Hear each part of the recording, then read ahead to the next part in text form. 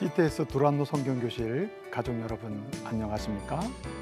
오늘 스가랴 말씀을 함께 나눌 원주 중북의 김열 목사입니다. 오늘 스가랴 말씀을 나누는 가운데 하나님의 위로와 평강의 은총이 넘치기를 말씀으로 축복합니다. 스가랴 말씀을 두 번에 걸쳐서 나누려고 합니다. 오늘 이제 하나님 앞에서 우리가 어떻게 살아야 하는지 이 스가랴 말씀을 통해서 도전받고 은혜를 받고자 합니다. 스가랴 선지자는 학계 선지자와 함께 중단되었던 바벨론 포로에서 돌아온 그 귀한 민들이 성전을 재건하다가 중단되었던 그 중단 공사에 대해서 재건을 다시 공사를 시작하도록 촉구하고, 그래서 성전을 건축하도록 하시기 위해서 하나님께서 세우신 선지자 중에 한 사람이 바로 스가랴입니다. 스가랴 선지자는 학계 선지자보다 2달 늦게 이제 하나님의 세움을 받고 그 예언의 말씀을 선포하면서 성전 재건을 촉구하고, 그래서 하나님의 뜻을, 그 하나님의 예언의 말씀을 전한 선지자입니다.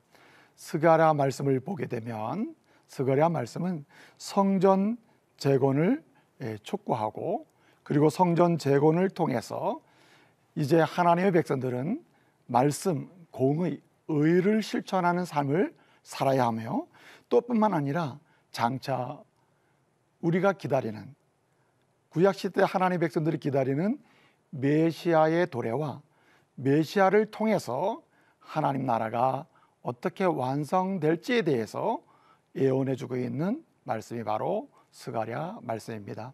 그래서 스가랴 말씀은 전체적으로 보게 되면 두 부분으로 예언되고 있는 것을 볼 수가 있습니다. 하나는 하나님의 통치 시대의 도래이고, 또 하나는 메시아 왕국의 도래와 완성에 관한 말씀이다, 이렇게 말씀을 드릴 수가 있습니다. 이 예언의 말씀을 보게 되면 그 중심에는 8가지 환상이 이제 중심이 돼서 예언의 말씀을 선포하고 있는 것을 볼 수가 있습니다. 이 8가지 환상 중에 첫 번째에서 세 번째 환상의 말씀은 바로 이제 이스라엘 백성들이 성전 재건을 다시 함으로써 하나님이 시온, 곧 예루살렘, 곧 하나님의 백성들을 어떻게 회복할지에 대해서 말씀해 주고, 또 한 가지는 이제 네 번째, 다섯 번째 환상은 메시아의 환상입니다. 메시아의 사역을 알려줍니다. 다시 말씀드리면 왕 대신 메시아, 대제사장 대신 메시아, 시온을 회복시키고 하나님의 백성을 회복시키시는 메시아에 관한 환상의 말씀입니다.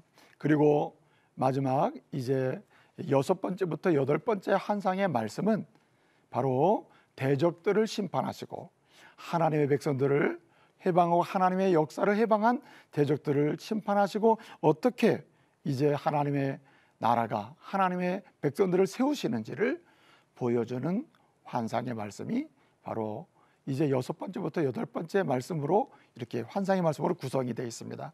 이 말씀을 통해서 우리 하나님은 이 스가랴 전체를 통해서 2가지의 중요한 사실을 알려줍니다. 첫째는 하나님은 역사의 주관자가 되심을 선포하고 있습니다. 그래서 스가랴서를 보게 되면 47번씩 가장 많이 사용되는 중요한 핵심 단어가 있는데, 이 단어가 바로 만군의 여호와입니다. 여호와 체바오트, 한마디로 다스리시는 하나님, 통치하시는 하나님, 주관하시는 하나님, 이루시는 하나님, 그 계획대로 끌고 가시는 하나님, 이 하나님을 강조하는 말씀이 바로 여호와 체바오트, 만군의 여호와라는 이름입니다.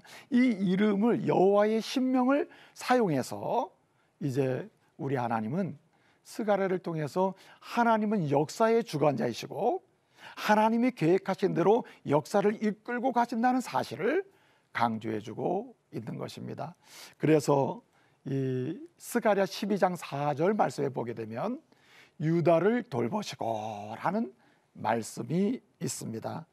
이 말씀을 보게 되면은 한마디로 유다 에프카흐라는 말인데, 이 유다 에프카흐, 유다를 돌보시고라는 말이에요. 이 에프카흐라는 말은 단순히 그냥 돌본다 이런 의미가 아니고요, 세밀히 살핀다, 세밀히 살필 뿐만 아니라 거기에 맞게 딱딱 보호해 주신다, 또 뿐만 아니라 책임지시고 그들을 기억하사 그에게 필요한 것을 갚아주신다는 뜻이 여기 돌본다는 뜻입니다.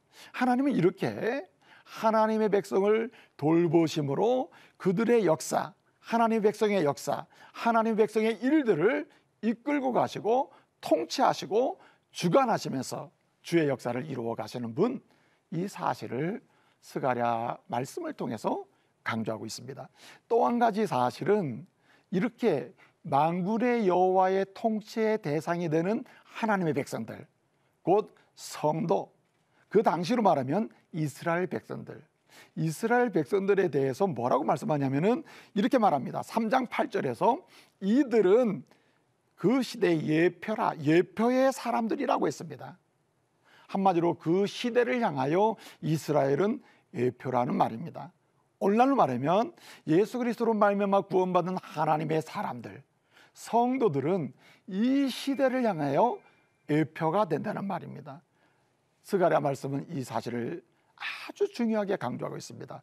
한마디로 성도는 이 시대를 향한 예표다. 그럼 뭐의 예표인가? 말씀을 보게 되면 세 가지를 강조하고 있습니다. 첫째는 구원의 예표다.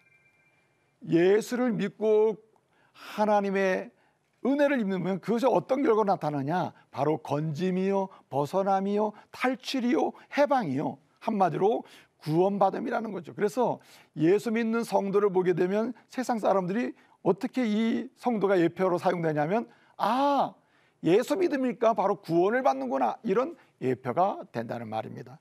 또 한 가지는 이래 삶의 예표가 됩니다.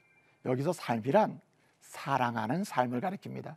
그래서 그 시대의 이스라엘은 그 시대를 향한 예표인데, 뭐의 예표냐? 주님으로 인해서 주님의 사랑받은 자라서 사랑하며 사는 사람들, 하나님의 백성들의 삶이 어떠한지를 예표적으로 보여줍니다. 오늘 여러분 성도는 어떤 사람들입니까? 시대를 향하여 예표가 됩니다. 아, 저렇게 사는 것을 보니까 하나님의 백성이구나, 하나님의 백성은 사랑하는 삶을 사는구나, 이런 예표의 역할을 한다는 말이죠. 또 한 가지는 이렇게 이야기합니다. 그 시대의 사람은 예표라. 스가랴는 이걸 강조하는데, 세 번째는 영생의 예표가 된다는 말입니다. 단순히 이 세상에서 끝나는 것이 아니라 예수 그리스도 안에서 생명의 복을 받고 영생에 잇대어 살아가는 그런 사람들로 세상을 향한 예표가 된다는 말입니다. 그렇기 때문에 스가랴서는 우리에게 삶을 요구해요. 역사의 주관자 되시는 하나님의 통치를 받고 통치받는 성도로서 세상을 향해서 예표가 되는 사람으로서 우리는 어떻게 살아야 하는가? 그 해답은 한 가지입니다. 하나님 앞에서 살아야 한다는 말입니다. 하나님 앞에서 살아야 그 사람이 바로 역사의 주관 되시는 만군의 여호와의 통치를 받는 사람이요, 시대를 향하여 구원의 예표, 사랑의 삶을 사는 삶의 예표뿐만 아니라 아주 중요한 사실, 영생에 잇대어 살아가는 영생받은 자의 예표가 될 수 있다는 말입니다. 그러므로 오늘 말씀을 통해서 우리는 어떻게 사는 것이 하나님 앞에서 사는 것인지, 하나님 앞에서 살아야 되는데 어떻게 하면 하나님 앞에서 살 수 있는지, 어떻게 사는 것이 하나님 앞에서 사는 것인지 말씀을 통해서 함께 은혜를 받으시기를 바랍니다. 오늘 스가랴 말씀 전체를 통해서 하나님 앞에서 우리가 어떻게 살아야 되는가, 예표로서 만군의 여호와의 통치를 받는 사람으로서 어떻게 살아야 되는가. 첫째는 이렇게 말씀하고 있습니다. 거룩하게 살아야 한다.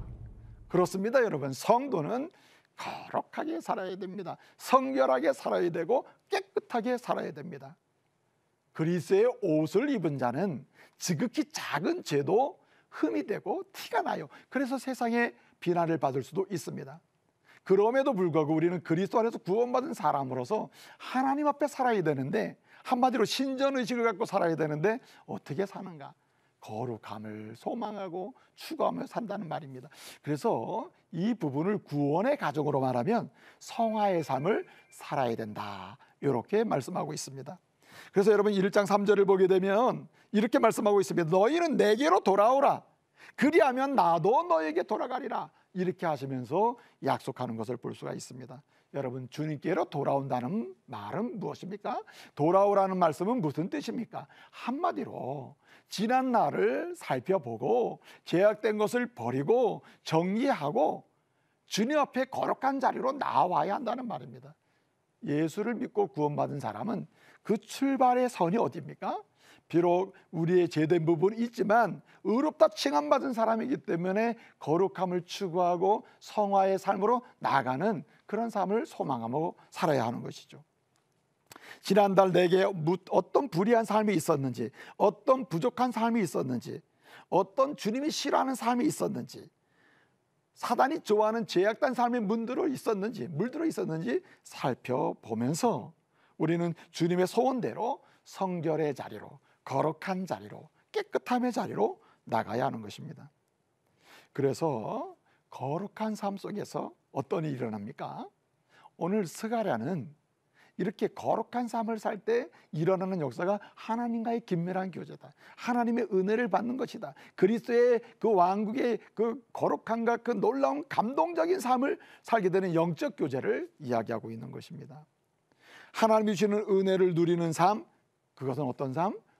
바로 거룩한 삶을 소망하고 추구할 때 가능한 것이죠. 그래서 우리는요, 절대적으로 주를 향한 믿음으로 움직여야 돼요. 사실 내가 거룩한 삶을 살려고 노력한다 하더라도 우리 의지가 그 부분을 담보낼 수가 없습니다. 나를 위해 십자가에 죽으시고 부활하신 주님, 그 주님의 은혜, 칭의, 주님의 의를 우리에게 전가시키시고 내 죄를 가져가시면서 이제 의롭게 살 수 있는 능력을 부여하신 주님에 대한 절대적 믿음으로 우리가 설 때 거룩함을 추구할 수 있습니다. 뿐만 아니라 주님이 우리에게 삶의 능력이요 기준으로 주신 그 은혜의 말씀을 붙들 때 가능합니다. 또 뿐만 아니라 만군의 여호와 되신 주님의 다스리심, 그 통치 속으로 의지를 가지고 의도적으로 하나하나 삶의 순간순간마다 그 속으로 들어갈 때, 사실은 통치 속으로 들어가는 것은 아주 어미롭고 엄숙하고 감동적인 사건이거든요. 그렇게 할 때 우리는 거룩한 삶을 추구하고 소망에 갈 수가 있는 것입니다. 또 한 가지, 우리는 하나님 앞에서 예표로서 이 세상을 향한 구원의 예표, 성결의 예표, 또 예컨대 영생의 예표로서, 사랑의 예표로서 이렇게 쓰임받는 사람으로서, 은혜 받은 사람으로서, 만군의 여호와의 통치 속에 살아가는 사람으로서 어떻게 하나님 앞에서 살아야 됩니까? 오늘 말씀을 보게 되면 순종하며 살라고 말씀합니다. 하나님은 형식주의나 인본주의나 물질주의, 이런 것을 배격하고 이것을 아주 싫어하십니다. 이 삶에 물들는 순간에 바로 우리는 하나님께 순종하는 삶에서 떠나게 된다는 거죠. 그래서 이 스가랴는 물질주의, 인본주의, 특별히 형식주의, 자기 이주의 그런 형식적인 삶을 벗어버리고 하나님 이주의, 하나님을 위한 삶으로 돌아가는 것, 곧 순종하는 삶을 살 때에 이것이 곧 세상을 향한 사랑의 예표요, 구원받은 자의 예표요, 영생에 잇대어 살아가는 자의 예표라는 사실을 강조하고 있는 것입니다. 그래서 우리는 항상 우리 자신이 어떤 순종의 상태에 있는지를 한번 재볼 필요가 있어요. 그래서 오늘 말씀을 보게 되면 스가랴 2장 1절 이하를 보게 되면 거기 환상이 나오는데, 그 환상 중에 하나가 측량줄 잡은 이제 천사의 환상이 나옵니다. 측량줄을 잡는다. 이 측량줄을 잡고 하나님이 천사로 하여금 측량줄을 잡게 하면서 측량을 하시는 거예요. 이 측량의 포인트는 무엇입니까? 여기 측량줄 환상은 한마디로 순종을 얼마나 하느냐, 여기에 대한 측량이란 말이죠. 그래서 순종의 깊이, 순종의 높이, 순종의 넓이가 어느 정도 되는지 측량하신다는 말이에요. 그래서 우리가 순종하며 살아감으로써 세상을 향한 예표적 기능과 그리고 만군의 여호와의 하나님의 통치를 받는 하나님 백성의 삶을 확인하고 증언하기 위해서는 우리는 항상 측량을 해볼 필요가 있는 거죠. 사실은 여기 측량줄로 높이와 넓이와 깊이를 잰다는 말은 이런 의미가 있어요. 예컨대 높이를 잰다는 말은 하나님과 이 하나님의 자녀, 예표적 기능을 해야 되고 역할을 해야 될 그 선민, 오늘날 말하면 성도와 하나님 관계가, 내 관계가 어느 정도인지를 따져보는 거예요. 그리고 여기 순종의 넓이를 따져본다는 의미를 굳이 들어본다면 성도와 또 다른 성도, 성도와 또 이웃, 나와 이웃과의 관계가 얼마나 하나님 말씀에 순종하는 정상적 관계인지를 따져보는 거죠. 또 한 가지는 여기 깊이를 따져본다는 의미는 어떤 의미가 있냐면 바로 나와 우리와 나와 바로 하나님 나라, 궁극적으로 우리의 소망은 하나님 나라 있잖아요. 그 하나님 나라와 나와의 관계가 어떤 식으로 이루어지고 있는지 이걸 측량해 보는 것입니다. 그러다 보면 내가 하나님 나라를 소망하는 삶에서는 이런 연약함이 있었구나 확인할 수가 있겠죠. 또 이웃과의 관계를 측량해 보게 되면 내가 나의 이익을 위해서 이웃을 착취하거나 이웃을 이용하거나 때로는 약한 자를 압제하기도 했구나. 아니면 비굴하게 내 인생을 하나님 원치 않는 자리로 내 인생을 던져버렸구나 하는 것도 알 수 있다 이 말이죠. 또 뿐만 아니라 여러분 어떻습니까? 그 하나님과의 그 높이, 순종의 높이를 측량하다 보면 어때요?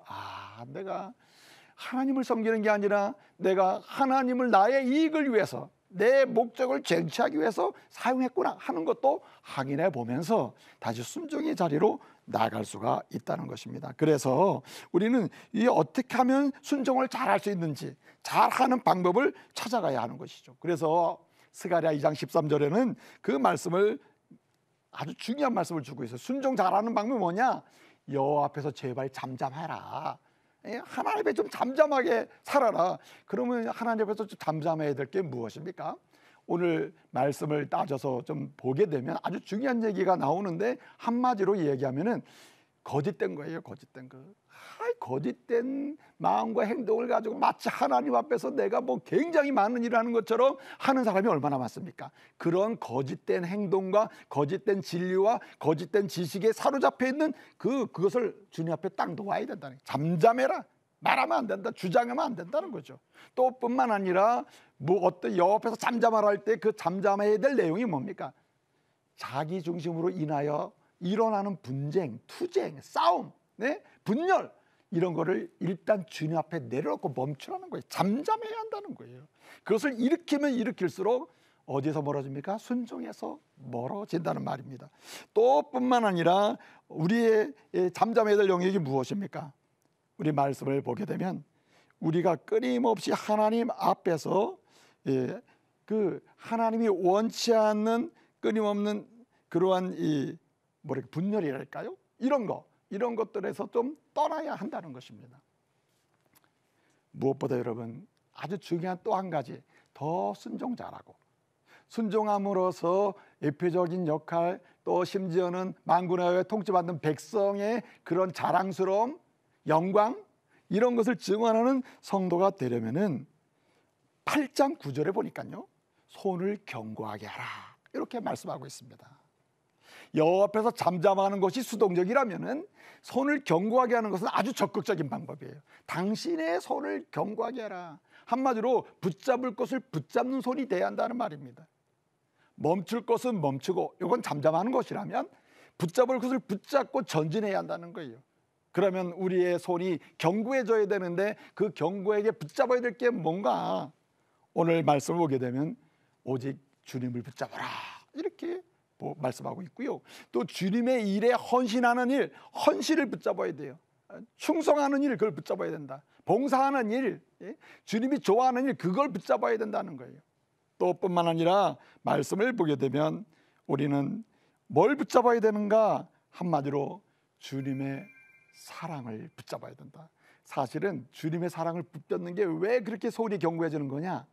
주님의 사랑을 붙잡는 순간 내가 아무리 베풀고 연약한 사람들을 돌아보고 아무리 세상에서 가장 뛰어나게 한다 하더라도 내 공로가 아니란 말이죠. 이것은 하나님 앞에서 겸손히 사는 모습으로 돌아가게 되는 것입니다. 그래서 사랑을 붙잡아야 돼요. 그뿐만 아니라 이웃을 향한 사랑의 손길을 내 손으로 삼아야 하는 것이죠. 마지막으로 한 가지 하나님 앞에서 살아야 된다. 어떻게 살아야 또 이렇게 애표적인 역할이나 또 뿐만 아니라 만군의 여호와의 통치를 받는 하나님의 사람으로 그 삶을 영위할 수 있느냐.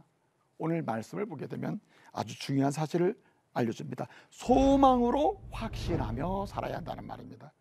여기 소망으로 확신하며 산다는 말은 대부분의 선지자들이 굉장히 강조하는 표현인데, 강조하는 내용인데 두 가지입니다. 하나는 하나님을 대적하고 하나님을 해방하고 하나님의 권위에 도전하고 하나님의 거룩한 역사를 무너뜨리는 사람은 심판한다는 이 사실을 확신해야 돼요. 그래서 여러분 오늘 말씀을 보면 이제 스가랴 5장에 보게 되면 개인적인 죄를 범함으로 하나님을 대적하는 사람, 또 9장을 보게 되면 민족적으로 아주 공동체적으로 나라 한 이 세상의 열방으로 아예 집단으로 하나님을 대적하는 나라들 있다는 거죠. 또 뿐만 아니라 10장을 보게 되면 스가랴 10장에서는 뭐라고 얘기하냐면은 한마디로 하나님의 백성들을 이렇게 인도해야 되는데 이 목자 역할을 하는 사람들이 있는데 이 목자, 거짓된 목자가 있다는 거예요. 거짓 목자가 뭐냐, 싹꾼 목자죠. 이런 사람들이 있는데 이런 사람들은 반드시 하나님이 심판하신다고 하는 사실을 확신하면서 우리는 또 다른 확신을 해야 한다는 거예요. 그리고 소망 중에 살아야 되는데 그것이 무엇입니까?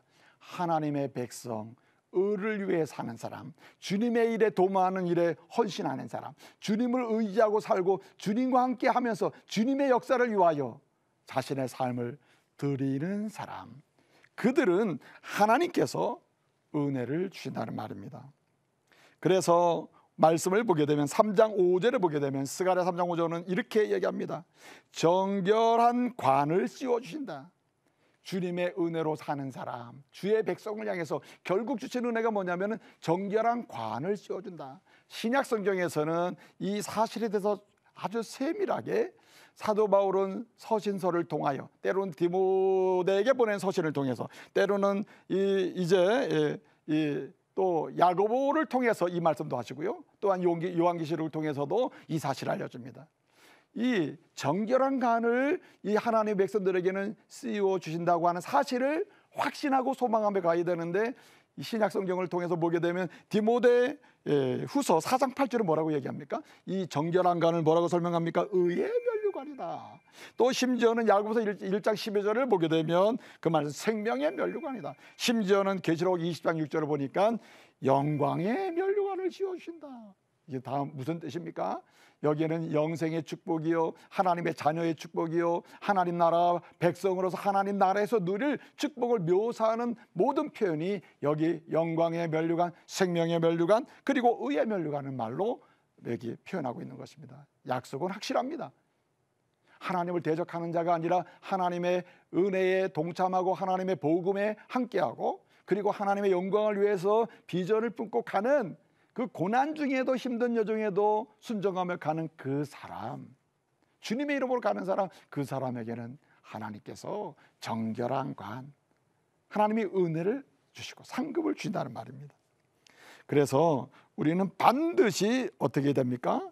우리는 주님의 이름으로 우리는 소망을 하나님 나라에 두고, 그리고 확신할 것을 확신하면서 갈 수 있어야 되겠습니다. 사실은 오늘 이 말씀 3장 5절 이하에 있는 말씀을 보게 되면 사실은 이 주님의 초림과 주님의 그 십자가의 죽으심, 이 상태와 굉장히 관련이 있는 복음의 메시지입니다. 그리고 궁극적으로는 주님 재림하실 때 주어지는 놀라운 상급을 약속해주고 있는 말씀이기도 합니다. 사랑하는 CTS 가족 여러분, 그러므로 우리는 우리의 더러움을 우리 하나님 앞에서 날마다 돌아보면서 소망 중에 대적은 하나님 심판하신다. 하나님의 백성에 대해서는 하나님 반드시 은혜를 주시고 상급을 주시고 그에게 영광의 자리로 나가게 하신다는 말씀을 꼭 기억하시고 하나님 앞에서 살아갈 수 있는 은혜가 있기를 소원합니다. 오늘도 스가랴 말씀을 함께 나누면서 또 주님의 은혜를 구하고 이 소망을 가지고 결단하는 우리 믿음의 가족들 고맙습니다. 한 주간도 또 승리하시기를 말씀으로 축복합니다. 감사합니다.